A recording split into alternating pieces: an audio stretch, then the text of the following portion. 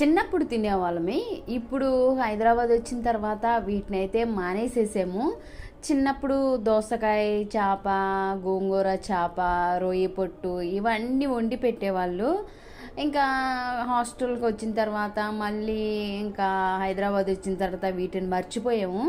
ఈ మధ్య కొద్దిగా అలవాటు చేసుకున్నాము. మాది తెనాలి వెళ్ళినప్పుడు ఇవి ఒక 2-3 సార్లు నుంచి తీసుకొస్తూ ఉంటున్నాను. చాలా బాగుంటున్నాయి. మెత్తళ్ళు అయితే నాకు బాగా నచ్చుతున్నాయి. అప్పుడు వీటికున్న టేస్ట్ ఏంటి, వీటికున్న అర్థం ఏంటో సరిగ్గా తెలిసేది కాదు. మాది తెనాలి రేపల్ల నుండి కానీ లేకపోతే నిజాపట్నం నుంచి కానీ మాకైతే ఇలాంటి వస్తువు ఉంటాయి. మొన్న తెనాలి వెళ్ళినప్పుడు నేనైతే తీసుకొచ్చుకున్నాను. ఇలా తెలంగాణ వెళ్ళిన ప్రతిసారి కూడా నాకేం కావాలో అవైతే నేను తీసుకొచ్చుకుంటూ ఉంటాను.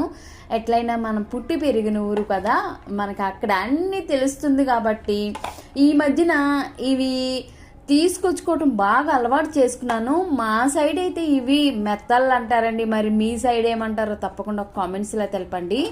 అయిపోయినాయి. ఈ డబ్బా తీసుకొచ్చుకున్నాను. ఇచ్చే ఆమె చెప్పింది డబ్బా చక్కగా డబ్బాల్లో పెట్టుకుని ఫ్రిడ్జ్లో పెట్టుకుంటే అలా ఉండిపోతాయని. సో ఇవి వచ్చేసినాయి. ఇవి మెత్తాళ్ళు, అలానే ఇవి వచ్చేసి చాప మొక్కలు, ఇవి వచ్చేసి రొయ్యి పొట్టండి. మా ఊర్లో అయితే వీటిని ఎలానే పిలుస్తారో, మీ సైడ్ ఎలా పిలుస్తారో కామెంట్స్లో తెలపండి.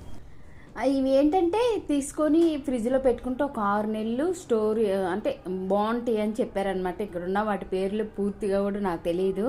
ఈ మెత్తళ్ళు ఒకసారి వంకాయ, బంగాళదుంప, ములక్కాడ వేసుకొని వండుకొని తిన్నాము. చాలా చాలా బాగున్నాయి.